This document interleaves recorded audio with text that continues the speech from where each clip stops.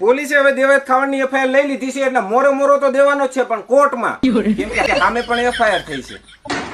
હવે આમાં શું થશે એ તો આપણને ખબર નથી, પણ કોઈના મનમાં એમ હોય કે હું સાચો છું, આ રીતે લડે એ વિડિયા બને બીજા ના ઉશ્કેરે. નકર દેવાયત ખાવાડી એમ કીધું હોય કે કાઠીઓની આબરૂ જાય છે, ઉપાડો ધોકા. ભગવતી કે આપણી જાય છે, આપણે ઉપાડો, પછી દે ભીખા બાકા ઝીકી બોલી ગઈ હોત તો. કોઈ પણ ક્રાઇમ થાય છે ને તો જેની હારે થયો હોય એને તો ભોગવવું પડતું હોય છે, પણ ક્રાઇમ કરનારાને એનાથી 10 ગણું ભોગવવું પડતું હોય છે. કેસ કબાડા ના તે આખા પરિવાર હોમી જતા હોય છે નિર્દોષ.